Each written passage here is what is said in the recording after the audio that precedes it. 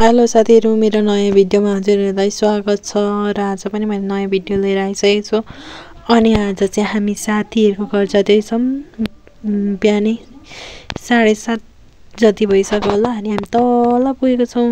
अनि आज चाहिँ मौसम हल्का खुल्दिरहेछ।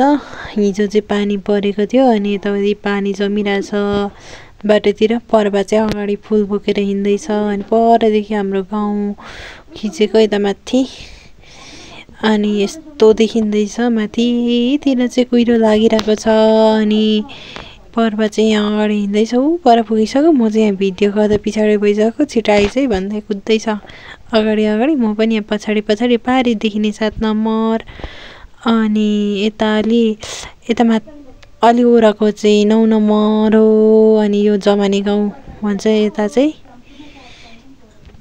अनि यता तल नेपालटार अनि यो दुङदुङे डाँडा। अनि हामी चाहिँ तल पसलमा चाहिँ सौदाहरू किन्नु थियो, त्यहाँ बस्यौँ। अनि यहाँ पर्वा चाहिँ अलि पर कुलोमा गएर बिँड देखाउँदैछ। यहाँनेरि सेतला लगिदिएको नि त कोदालोमा लगाउने बिँड। अनि पर्वा चाहिँ यहाँ मलाई हँसाउँदै बिँड बोकेर ऊ पनि हाँस्दै हिँड्दैछ हिँड्नु नसकेको बेलामा।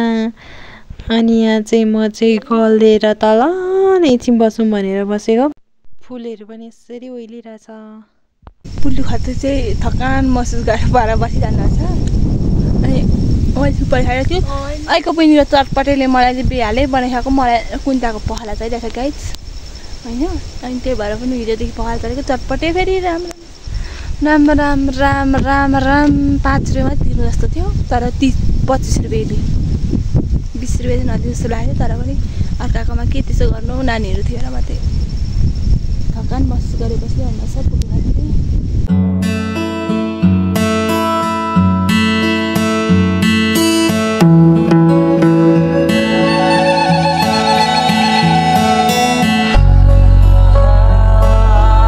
म भिडियो बनाउन आए जतिको मात्रै भयो गाइस। सबैजनाले मेरो युट्युब च्यानल सब्सक्राइब गरिदिनु। यति रिक्वेस्ट गर्दा पनि सब्सक्राइब गर्नु भएन भने चाहिँ म अस्ति मलाई 13 रुपियाँ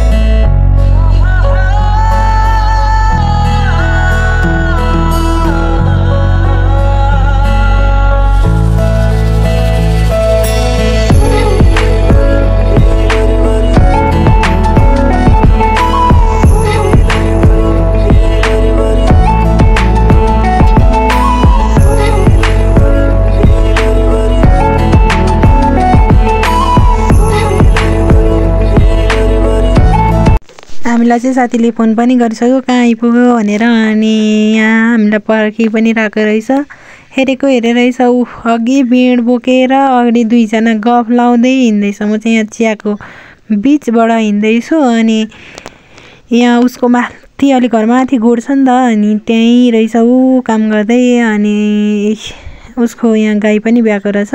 अनि यहाँ खोले पकाउने ठाउँ उसको। अनि यहाँ गाई भर्खर ब्याएको रहेछ। अनि यहाँ बाछा पनि देखाउँदैछ हामीलाई।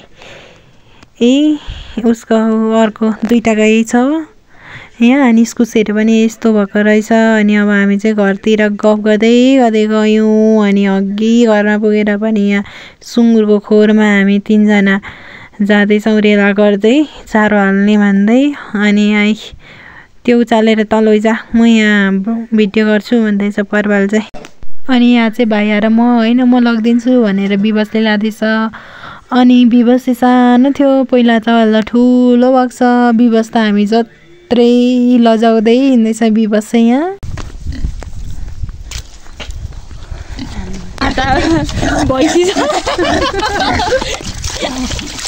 एउटा त्यति भाला लास्टै गरेछ उकाले बबिता भैँसी अरे सारा भैँसी बबिता।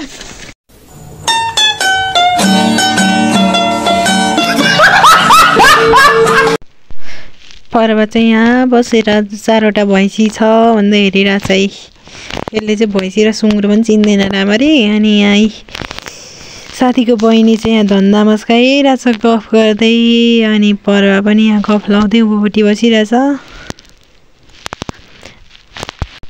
यहाँ छ पर्व चाहिँ गफ लाउँदै बसिरहेछ ऊ। यता चाहिँ अनि भर्खर आलु खनेर अब मकै लगाइसक्नु भयो कसैले लगाइसक्नु भएको छैन।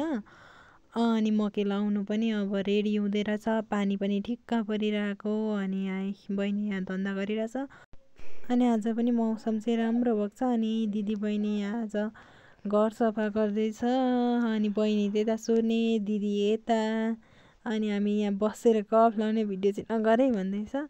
अनि यहाँ फेरि हामीले अघि खानाहरू पनि खाइसकेको थियौँ। अनि जाने बेलामा बहिनीले यहाँ चटपटी बनाएर यहाँ यी पर्व चाहिँ यहाँ चटपटी खाँदैछ। बहिनीलाई पनि भिडियो गरिदिन्छु न भनेको नगर्ने दिदी भन्यो। अनि हामी चाहिँ अब लागेको घरतिर यो र पर्व चाहिँ यहाँ गफ गर्दै हिँड्दैछ। त्यसले थोत्रे चस्ली बोकेर यहाँ गोठमा झुन्डाउनुको लागि लिएर आउँदैछ। अनि यहाँ फ्याँकिराख्यो। अनि यो र अहिले पर्व चाहिँ तल यहाँ चाहिँ अब काँक्राको बिउ उखाल्ने भनेर यिनी दुईजना चाहिँ गएको छ। अनि पर्व चाहिँ ठुलो लान्छु भनेर त्यहाँ भन्दैछ। अनि दुईजना त्यहाँ हाँस्दै उठ्दैछ।